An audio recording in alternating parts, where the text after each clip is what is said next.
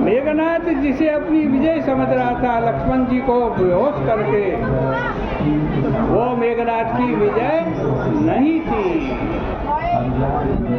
श्री लक्ष्मण जी जीवों के परमाचार्य हैं और वो विविध माध्यमों से जीव को सत्य का साक्षात्कार कराने का प्रयास करते हैं। और लक्ष्मण जी की जो मूर्छा है ना, ये भी एक उपदेश देती है। लक्ष्मण जी जो मूर्छित हुए, ये भी जीवों के लिए एक उपदेश है। उपदेश देने की ये लक्ष्मण जी की प्रणाली है।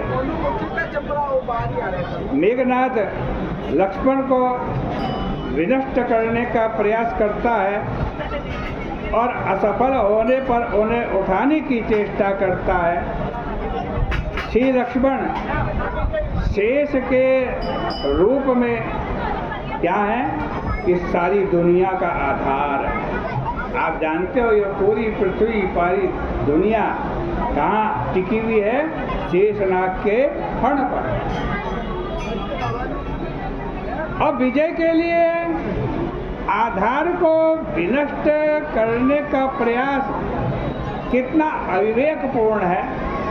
हम अपने ही आधार को नष्ट करके ये सोचे हम जीत जाएंगे, तो ऐसा कैसे संभव है? ऐसा तो आसुरी बुद्धि वाला व्यक्ति ही सोच सकता है कि मैं अपने आधार को नष्ट करके जीवित रह सकता हूँ। यदि कोई व्यक्ति एक पेड़ की डाल पर बैठा हो और धारदार कुल्हाड़ी लेकर के बैठा हो और वह उसी डाल को कुल्हाड़ी से काटने लगे, तो क्या वो खुद बचेगा? नहीं बचेगा। डाल के साथ साथ डाल कटेगी, उसके साथ साथ वो भी गिर जाए।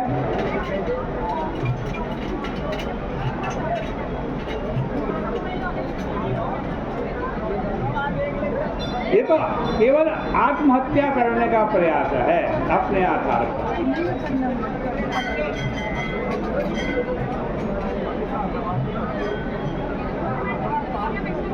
इस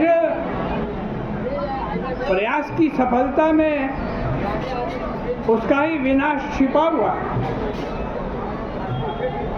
और इस प्रयास की विफलता में उसकी सफलता और सुरक्षा निहित है। देखो, जो राक्षस होते हैं, आसुरी वृत्ति के लोग होते हैं, वो अपने आधार को ही काटने की कोशिश करते हैं। जिस थाली में खाना उसी में छेद करना है, जिसके आश्रय में रहना उसी को नष्ट करने की चेष्टा करना। ये किसकी वृत्ति है? ये राक्षसी वृत्ति है, आसुरी वृत्ति है। वो अपने आधार की सर्वदा उपेक्षा करता है। आधार का दर्शन करने के लिए व्यक्ति को अपनी दृष्टि अंतर्मुखी बनानी पड़ती है। जब हम रास्ते में चलते हैं ना, बहुत सारे व्यक्ति आगे देखते हुए चलते हैं। हाँ, आगे देखते, सामने देखते, लेकिन ये चलने की पद्धति ठीक नहीं है।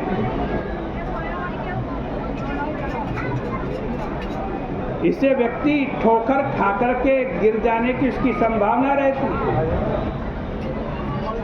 और जिस व्यक्ति की दृष्टि अपने चरणों के आधार की ओर होती है, वह इस प्रकार के संकट से सुरक्षित रहती है।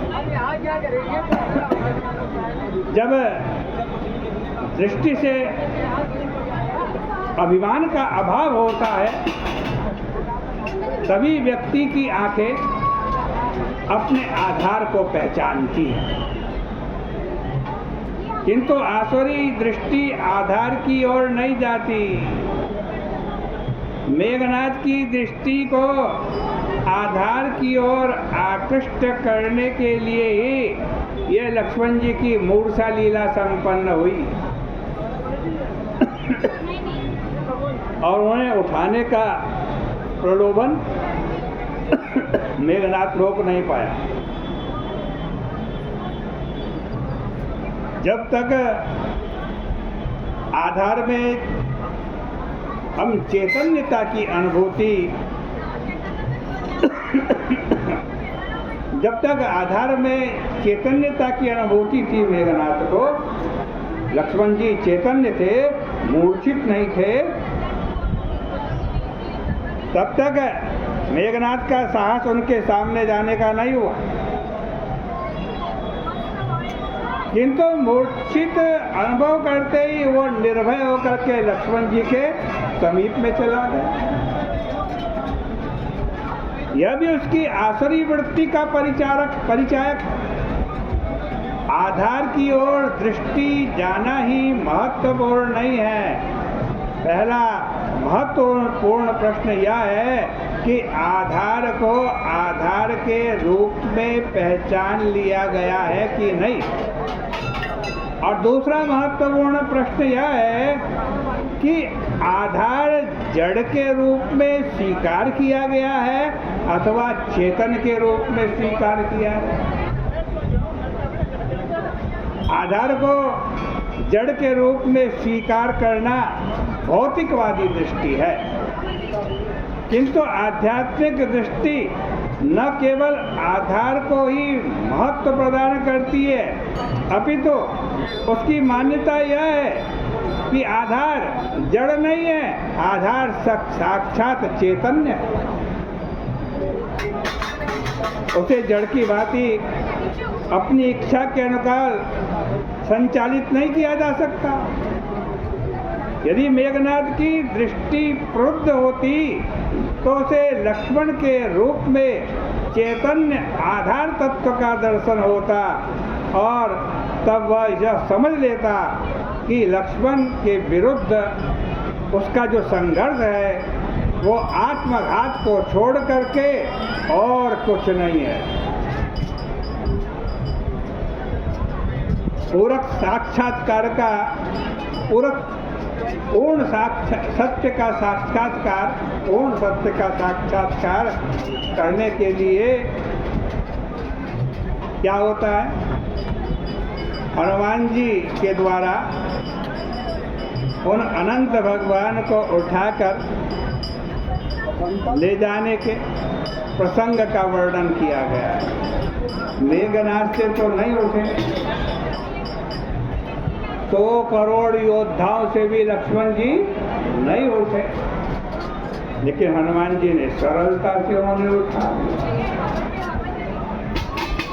आंजनेय के द्वारा अनंत को जिस सरलता से उठा लिया गया उसे देखकर मेघनाथ को बड़ा आश्चर्य हुआ। इसका रहस्य क्या है? मेघनाथ नहीं उठा पाया और हनुमान जी ने क्यों उठा लिया? इसका रहस्य यही था कि तत्वतः लक्ष्मण जी मूर्छित हुए ही नहीं थे। लक्ष्मण जी मूर्छित नहीं हुए।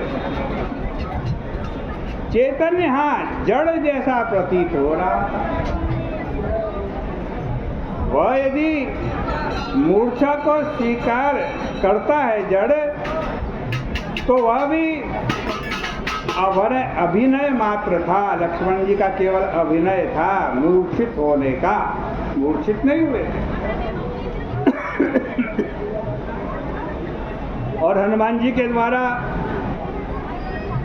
उस अनंत को, उस शेष को, उन लक्ष्मण जी को उठा लिया जाना ये हनुमान जी की सामर्थ्य का परिचायक नहीं है। इस बात का परिचायक नहीं कि हनुमान जी के अंदर इतनी शक्ति है कि वो अनंत को भी उठा सकते हैं। महावीर के, हनुमान जी के अंतःकरण में भगवान अनंत के प्रति